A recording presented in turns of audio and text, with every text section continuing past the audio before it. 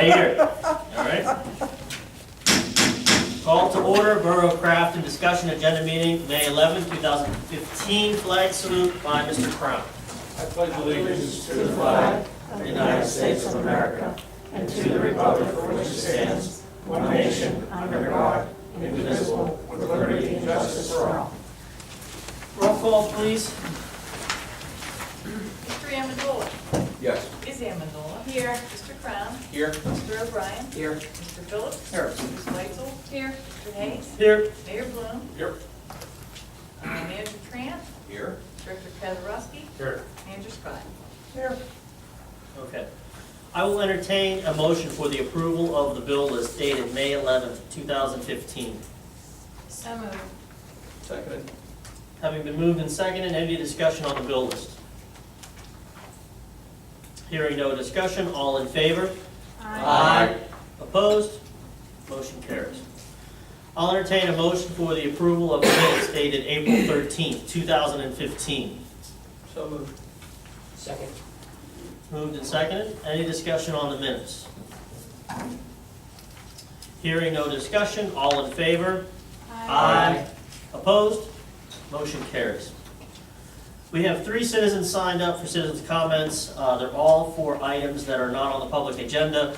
So as I said, we'll wait till the last, item number 10 on the agenda with citizens' comments at the end.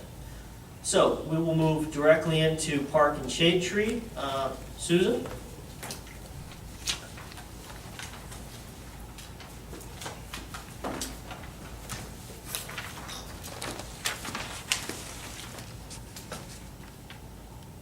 Hello, I'm Susan Muka. Is this working? I'm just turning it on.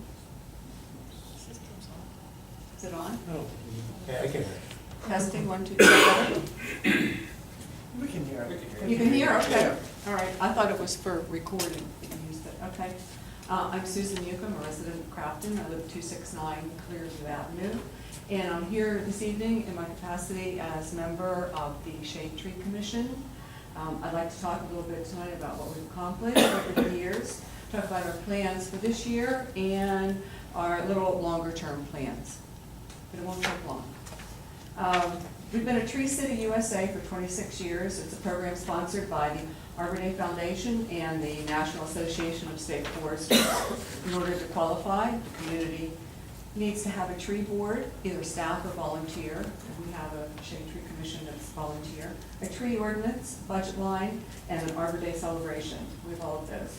In addition to our budget for planting and maintenance over the years, we've planted trees with grants from Duquesne Light, Tree Vitalize, National Reforestation with the help of the squirrels in the neighborhood, and vouchers from Duquesne Lights for trees that were removed under the power lines. We also spearhead annual flower plantings and mulchings at the Crafton Parks, the Circle, and the Borough Building. We do that in conjunction with the Public Works Department and neighborhood volunteers. Over the past 26 years, we've planted over 350 trees, including 33 last year.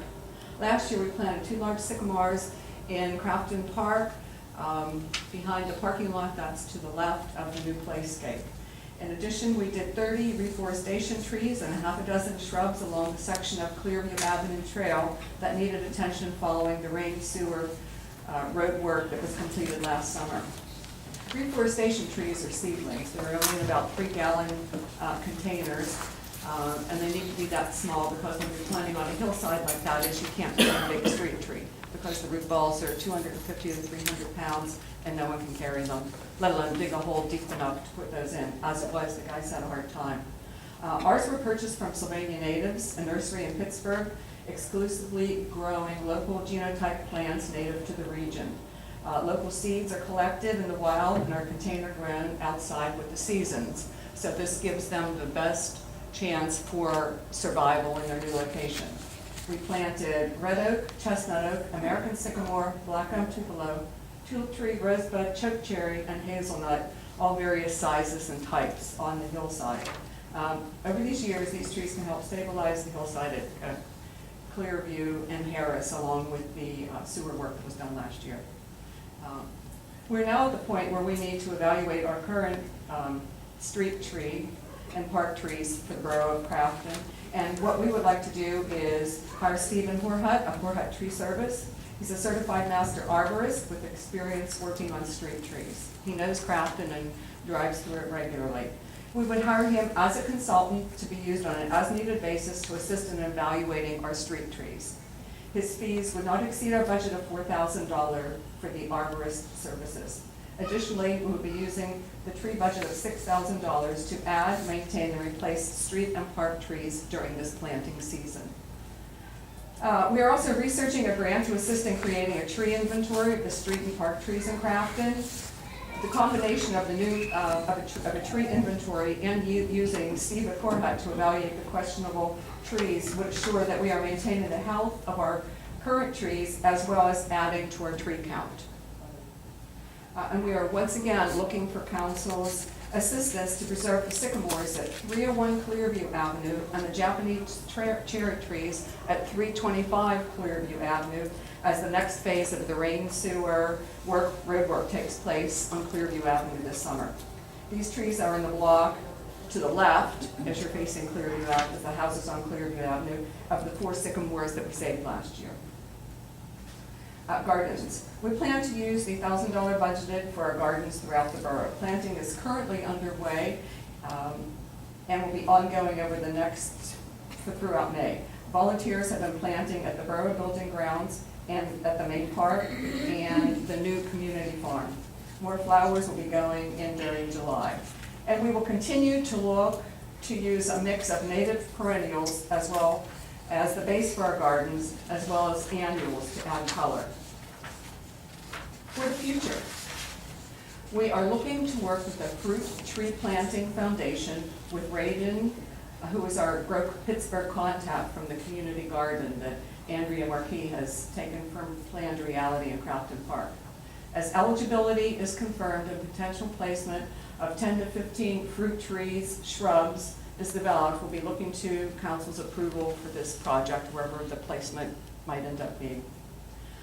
We will continue to seek grants from the Western Pennsylvania Conservancy Tree Vitalize for street trees in Crafton, and we will also look into a reforestation project along the Crafton section of Chartiers Creek. We are down 1 member, so if anyone knows of someone who would be interested in being on the Shade Tree Commission, please let us know. As you can see, we have many projects on our plate and are looking forward to your approval of our expenditures. Are there any questions? So last fall, council had asked some questions about the shade tree budget, and as everybody knows, the shade trees are an important asset for the borough, and I want to thank Susan and Mary Luxbacher for the work that they've done to try and get some clarity around how the funds that we budget every year are expended. As we talked during the budget season, we split that into 2 pieces, the $4,000 for the arborist, $6,000 for the planting. It's a $10,000 line item. And Susan also mentioned $1,000 is budgeted for the circle plantings. The Shade Tree Commission also takes care of that. So it's a huge community asset. These volunteers work hard to preserve and grow, pun intended. And thank you for the work that you put into it. And tonight on our agenda, on your agenda, you have the approval of Horhut Tree Services. The Shade Tree Commission took it on themselves to go out and find possible arborists. We talked last fall during the budget season about maybe getting somebody on board, because the Shade Tree Commission certainly is passionate about trees but aren't necessarily formally trained as arborists, and they expressed a need to have an arborist at their disposal. So that'll be on a one-on-one basis in terms of they have a problem tree they need him to evaluate. They've also talked about having him go out and look at a whole study of the street trees along 1 or 2 given streets on an annual basis. So they'll use that budget of $4,000. It's $125 an hour up to a maximum of $4,000 is the proposal that we got from him. And they felt like he was the best service provider. That's correct. We currently have some trees in Crafton Park that need somebody to look at them, and Mary and I and the rest of the council will evaluate other places we can have him look at the same time. So when we have him come to town, it's not just to look at 1 tree, but to do a group of them. And I know Rob and Public Works are fully ready to help out wherever we can in terms of planting.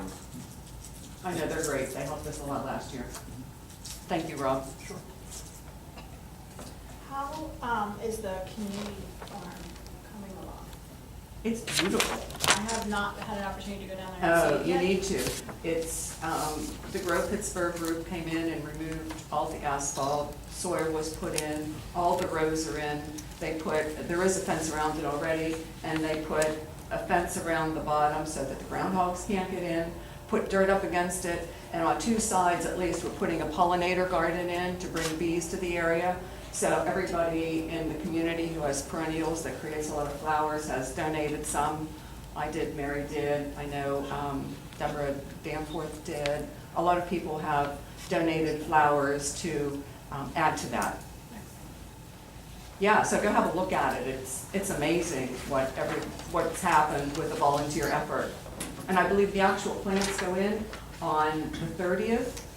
I know there's a big planting that day.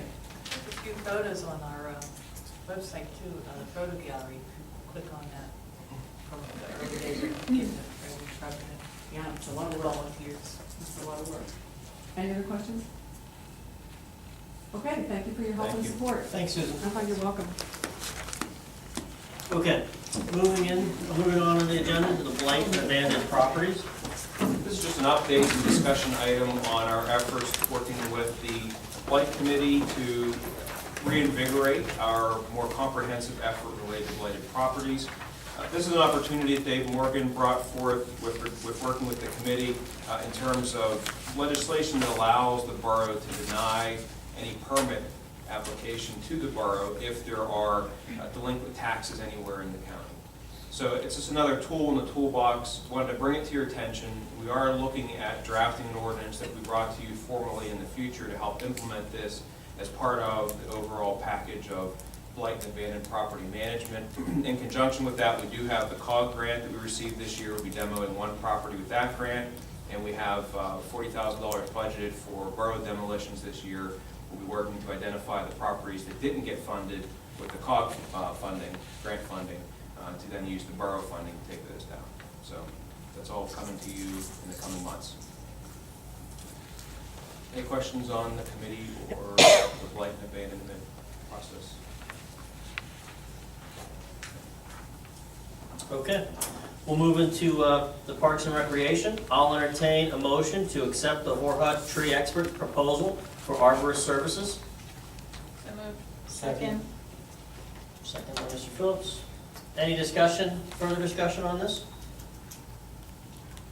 Hearing no discussion, all in favor? Aye. Opposed? Motion carries. I'll entertain a motion to appoint Luke Ock to the Crafton Park and Shade Tree Commission for a term that shall expire on March 31st, 2018. So moved. Second. There is an additional vacancy after this appointment, so to Susan's point, if anybody's interested in the community and volunteering, there still is a vacancy on the commission, right? Correct. And that's not a full term, is it? This is the one that Angie Brown resigned from. Okay. This is a full term. Okay. The other one is a full term of duty person. And Luke's not here, is he? I don't believe so. It's referred to Mary Walker. Okay.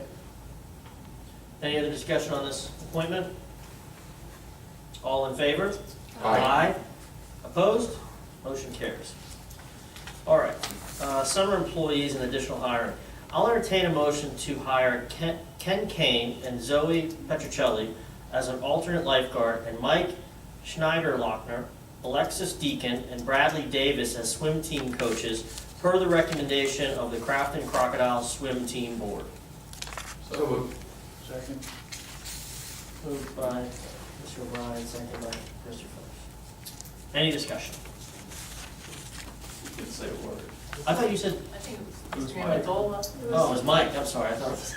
Doesn't matter. We used to have trouble getting anybody, now everybody's shouting out. Mr. Crown, thank you. Okay, keep an eye out when you guys are doing it now. Now that it's been properly moved and seconded, I would Yeah. just like to comment and publicly thank, even though she's not here, Mary Luxwalker, in terms of getting all this hiring stuff lined up. She helped me do all the interviews and helped me make sure that we had the pools getting open. Same with our mayor, with Mary Tremblay. The pool would not be opening if both Marys didn't step in, and Rob in Public Works. And Carissima. It's looking good. It's going to be open on time, and everybody's hired, and we have enough lifeguards and concession stand workers, and Mary's done a great job stepping in as the pool supervisor. So I want to thank her for that. Any additional discussion? All in favor? Aye. Opposed? Motion carries. Okay, that ends the agenda, the voting agenda, so we'll go into citizen comments. We have 3 folks signed up. First person is Sue Hastings. We ask you to stand up, state your name and your address, and please try to keep your comments to 3 minutes. I'm Sue Hastings. I'm a resident of 100 Chartiers Avenue. I've been a resident at that location for 28 years. I grew up at 116 Chartiers Avenue, so I'm a lifelong resident of that street. I brought documentation with me. This is more detailed of what I want to talk about tonight, so I'll pass it around. We have 1 color copy with DVDs with pictures and videos, and then black and white copies for everybody. Charlie, Basically, the CDs that passes around. the residents here are here to talk about some of the issues that we're having on Chartiers Avenue. I don't know if you're aware of it, but after the storm on April the 9th, just a month ago, a tree from the city of Pittsburgh's Greenway fell from across the creek, across Chartiers Avenue, hit the power line, caught on fire, brought the power line down, sent 4,000 volts of electricity into the ground. There was residue from a gas leak the week prior in the sewer. It caught the sewer on fire. Residents on Chartiers Avenue lost appliances and electronics that night. And we have placed numerous phone calls to the city's 311 phone line asking them to address the dangerous trees, and nothing had been done. In addition to that, on August the 21st of 2014, the road collapsed in front of 106 Chartiers Avenue. That's been repaired by the city, but just recently, in the last month, a sinkhole appeared in pretty much the same area, just a little bit further up. The city did come today and fill the sinkhole with dirt, but we still feel that that's some type of an issue, because we don't know why the road is collapsing and why there continues to be sinkholes, because there was a sinkhole that developed back in, I think, 2010 in the same area. So something's not right in that area, and we wanted to address that. In addition, the creek bed across the street from 100 and 106 Chartiers is really eroding away.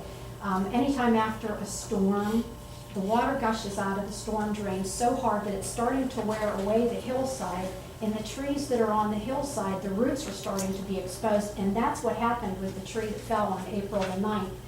The roots were exposed, it just couldn't hold the ground any longer and toppled over. The debris from that tree is still sitting in the creek bank right now, and after a large storm and that water gushes again, we're afraid that it's going to carry that debris down and hit into another tree that's posing a danger to both power lines and 106 Chartiers Avenue. That tree is now sitting on the edge with its roots exposed, and we're afraid it's going to come down. If it does, it's going to take the power lines, and we believe it's going to take out 106 Chartiers Avenue as well. So the reason we're here tonight is we'd like to ask the mayor and the borough council to work with the city of Pittsburgh for some requests that we'd like to bring to you. And that is to cut down the trees that pose the danger of falling and damage on that street into our houses. To really fix the sinkhole, whatever's causing the problem, if you could really look into that, or have the city look into it to fix the damage. Prevent children from playing in that creek bed. Kids go down there and swim in the water. They're swimming among the debris of that tree. The hillside's about ready to collapse. It's very dangerous. And if you could suggest maybe having that area piped in, that would take care of the erosion of the hillside and the trees where the roots are exposed and any future danger. And we'd like to ask for your assistance to see if the city of Pittsburgh would reimburse the residents for their insurance deductibles for the damage that was done that night, because we've called so many times and nothing's been done. And they've driven by, even our own Public Works drives by and sees that that's a problem because it's city. I don't know, and no one seems to want to do anything to help us out. So if there's anything that you can do to help us, we would really appreciate it. So thank you for your time and your consideration to our requests. Thank you. Definitely giving us a lot of information to look at. We'll go through this. I think that this is probably brought to the attention of council for the first time. So the manager has the CD, and I certainly will go through this in detail, and we'll come up with a plan and get back to you. Thank you. Okay. Can you give us your phone number? 412-921-2525. Thank you. Okay. Next up is Steve and Rebecca Sunderland. I'll just do the speaking because she lost her voice a couple days ago. So. Name and address, please, first. Stephen Sunderland, 106 Chartiers Avenue in Crafton. We moved to Crafton and actually purchased my grandfather's house. He lived there 90 years, I guess. He had the house built. He passed away when he was 102, and we decided to buy the house. When we did purchase the house, I made calls 4 years ago and twice every year to 311, begging them to please cut these trees down. You can tell that they're going to fall in the wires. April 9th, they fell in the wires. It was actually about 10 feet from hitting my house.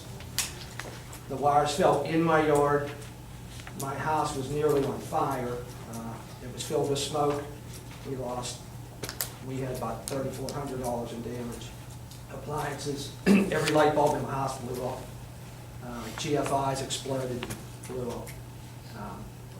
Just a lot of damage over a negligence of a tree. Luckily, nobody got killed.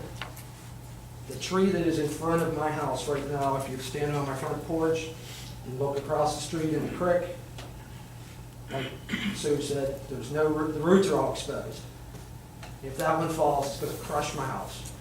I called 311, and the guy, Greg from the forestry department, actually said, we're not coming out. We're not doing it anymore. I did you a favor by cutting down one of those trees. That's all we're going to do.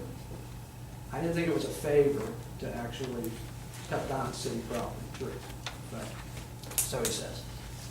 I talked to a manager down at 311, and she sent me a permit and told me to go hire someone to cut the tree down on city property. I got a bid, and it is in that packet, of $390 to top off the tree. And I don't feel that I should have to put on $390 for a city tree that's going to damage my house or kill me and my wife. If we're laying in bed and that tree comes through, we're dead. It was quite surprising that Duquesne Light said that I shouldn't be standing here the day after that tree fall, because it was 4160, landed on the ground about 8 feet from me, and how I'm here. Just begging them to work together and try to get that tree done. If they top it so it doesn't hit the power lines, yay, you know. But if I go through that again, it was a horrible thing. I wouldn't put it on anybody. Just some real quick pictures, you can pass these around. That damage in my yard with the wires. It's just, it was like 10 minutes of explosions from 1-foot gas line, leak that we had, and just the power surges. So, if we could work together, I'd be happy. All right, thank you. Thank you for your comments. I appreciate you coming. Thank you. Okay. Last on the list was Michael Hortzman. Well, my name is Michael Horstman. I live at 25 Fountain Avenue, or Street, whichever you want to call it. My concern is about the traffic on the street because of the ball field down the other end. The people that drive their kids to and fro to the park fly up and down the street. I know it's 25 miles an hour, but it's nowhere close to 25 that they're going. All we're asking for is either a little bit of patrol at that time of games, or put some more stop signs in, lower the speed limit, put some speed bumps in, something. It's got to be done. And it's not always just the people going with their kids. It's the residents also.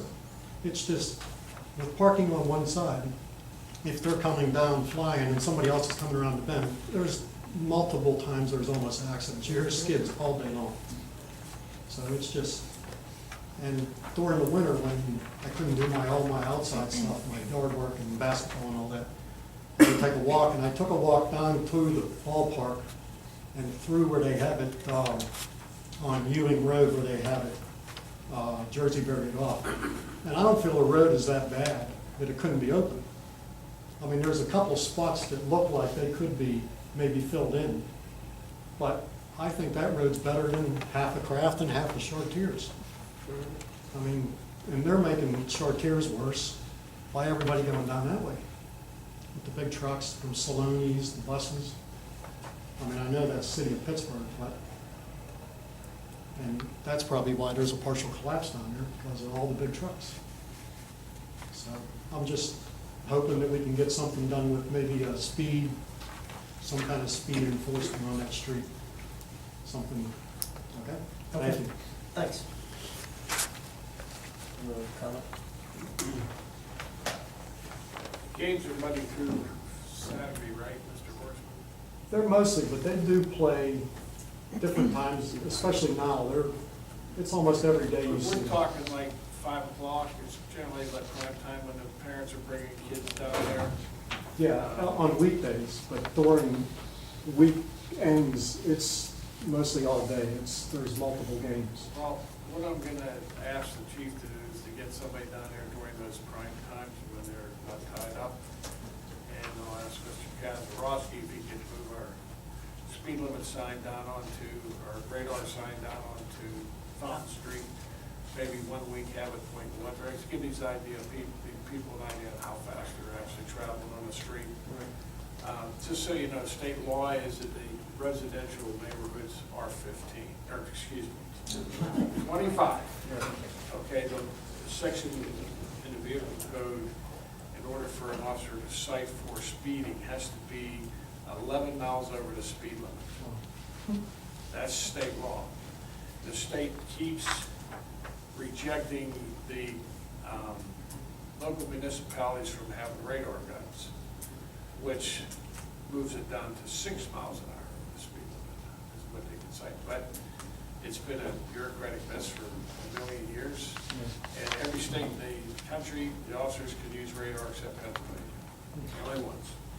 So, with that in mind, I'll have the officers get out and, start taking eyeball checks on the traffic. Now, let's see if I remember, there's a stop sign at Sycamore and a stop sign at Promenade, right?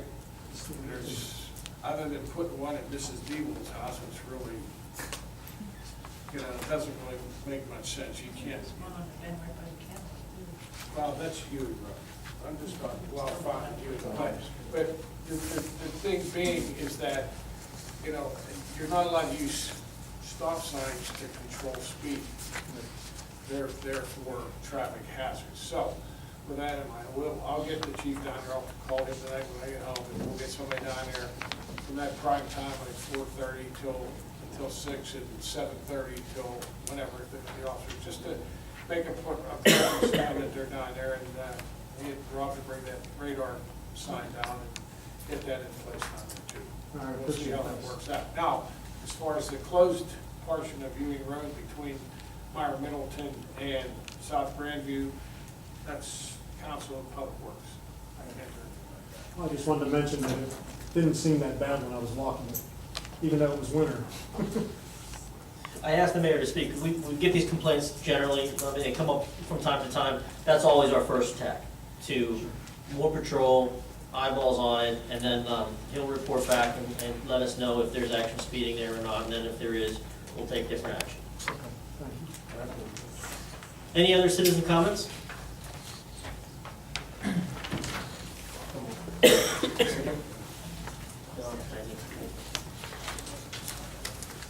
Good evening, ladies and gentlemen of the council. I wanted to bring up an issue that we're having on Clearview and Terrace. It's concerning the improvements. My name is Phil Vassar, 401 Clearview Avenue. With the improvements that we've seen on the street and the new roadway and the bend on the turn of Clearview, we've noticed more and more vehicle accidents. We had one earlier last week where one of the gentleman's vehicles was, I guess we could say T-bone. Somebody didn't negotiate the turn and they hit the guy's truck and it was a hit and run.